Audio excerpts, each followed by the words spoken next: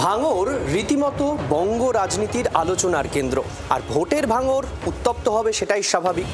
সেখানে এদিন নওশাদ সিদ্দিকীর মিছিল ছিল, আর সেই মিছিলে কর্মী সমর্থকদের নিয়ে এগোচ্ছিলেন আইএসএফ নেতা প্রার্থী। ঠিক সেই সময় তৃণমূলের কর্মী সমর্থকরা তাদের লক্ষ্য করে জয় শ্রীরাম স্লোগান দেন। এবার অনুমান করুন কি হতে পারে ভাঙড়ে। সোমবার ভাঙড় ২ নম্বর ব্লকের ভোগালীর বানিয়াড়া এলাকায় প্রচার করছিলেন নওশাদ, সঙ্গে ছিলেন দলের কর্মী সমর্থকরাও। আচমকা তৃণমূলের জমায়েত থেকে উঠল জয় বাংলা স্লোগান।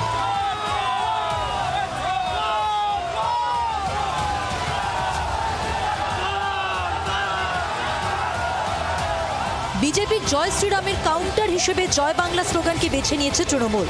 কিন্তু আইএসএফ প্রার্থীকে উদ্দেশ্য করে জয় বাংলা স্লোগান কেন?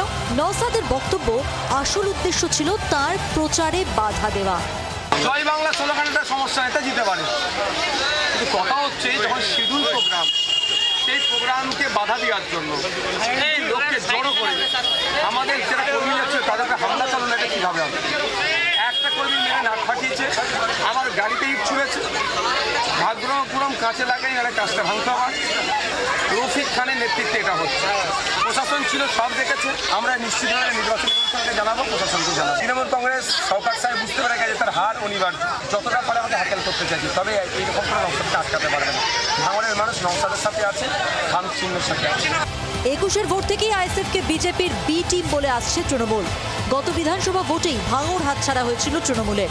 এবার ভাঙড়ে তৃণমূল বাজি ধরেছে শওকত মোল্লার ওপর। এদিনের ঘটনা আবেগের বহিঃপ্রকাশ বলে প্রতিক্রিয়া ভাঙড়ের তৃণমূল প্রার্থীর। জয় বাংলা হচ্ছে আবেগের বহিঃপ্রকাশ। জয় বাংলাটা আমরা যারা বাঙালি, আমাদের কাছে জয় বাংলাটা অত্যন্ত এটা অন্তরের স্লোগান, এটা আমাদের হৃদয়ের স্লোগান। তবে এইটুকু আমাদের দলীয় কর্মীদের বলবো যে জয় বাংলা বলুন, কিন্তু কারোর কোনো প্রচারে বাধা, কোনো রকম সমস্যা এটা যেন কেউ না যেন করে। তবে হ্যাঁ, এখন জয় বাংলা বললে অনেকে জ্বালা করছে, এটাই হচ্ছে সবথেকে বড় সমস্যা।